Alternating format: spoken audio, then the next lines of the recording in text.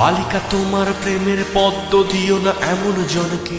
প্রেমের মধু পানের পর প্রেমিক নাকি এখন সারা জীবন ভাই হয়ে থাকতে চায়। ভাবছেন এ আবার কেমন কথা, এও কি সম্ভব? কিন্তু এটি ঘটেছে শরীয়তপুরে সখীপুরে। দিনের পর দিন প্রেম, দেখা সাক্ষাৎ, গোপন সম্পর্ক, আর শেষে সেই প্রেমিকই বলে যদি কোনো সম্পর্ক রাখতে হয় তাহলে তা হবে ভাই বোনের।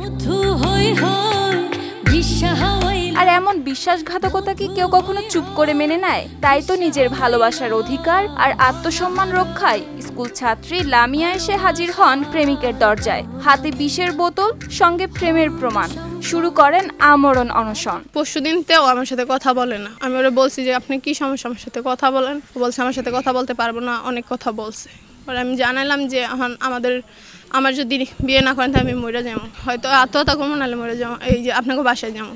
আমার কয় তুই যা খুশি করগা, আমার কোনো দেখার বিষয় না। চরকান্দা মুন্সিকান্দি গ্রামের বাবু রারিদ দীর্ঘদিন ধরেই দুবাই প্রবাসী, আর লামিয়া নবম শ্রেণীর একজন স্কুল ছাত্রী। তাদের পরিচয় হয়েছিল এক বান্ধবীর মাধ্যমে। ধীরে ধীরে সম্পর্ক গাঢ় হয়, বাড়ে ঘনিষ্ঠতা।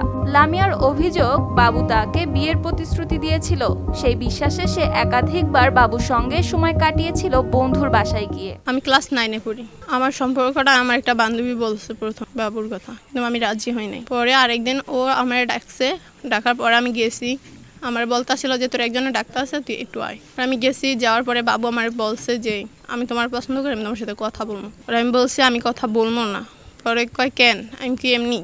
পরে কয় কথা বলো, সমস্যা নাই তো। পরে আমি ওই কথা বলছি যে ভালো লাগার ভালোবাসা এক না, আপনি যদি পরে চলে যান। কয় যাবো না, আমি তোমার সাথে কথা বলবো। পরে কথা বলছে অনেক দিন, তারপরেও আমার সাথে দেখাও করছে।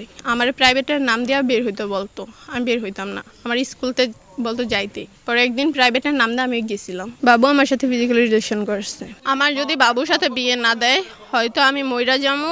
এখানে আসছি, আমি এখন যাবো না। আমারে হয়তো বিয়ে দিতে হইব, নাহলে আমি কোনো আনে যাবো না, ওর সাথেই বিয়ে দিতে হইব আমারে। কিন্তু কিছুদিন পর থেকেই বদলে যেতে থাকে বাবু। তালবাহানা শুরু করে। হঠাৎ একদিন মোবাইল, হোয়াটসঅ্যাপ, মেসেঞ্জার সব জায়গা থেকে ব্লক করে দেয় লামিয়াকে। শেষমেশ লামিয়া সিদ্ধান্ত নেয় হয় বিয়ে নয় আত্মহত্যা। সঙ্গে নেয় সেই সম্পর্কে সমস্ত প্রমাণ, ছবি, চ্যাট, কল রেকর্ড।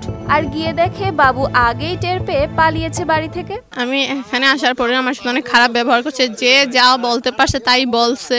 এবং এখানে বাবুর ছোট ভাই আমার আদর অনেকক্ষণ টানাটানি করছে যে বাসায় যাও, বাসায় যাও। ওর আম্মু আমারে গেড়ি ধরে অনেকক্ষণ ইয়া করছে যে বাসায় যা, বাসায় যা। এদিকে লামিয়ার এমন অনশনের ঘটনা ছড়িয়ে পড়েছে পুরো এলাকায়। অনেকে হাসি তামাশা করলেও স্থানীয় অনেকেই তার পক্ষে দাঁড়িয়েছে। বলেছে ভালোবাসা যদি সত্যিই ছিল তাহলে প্রতিশ্রুতি ভাঙার খেসারত দেবে কে? নাকি মেয়েটি সত্যিই তার আত্মসম্মান ফিরে পাবে?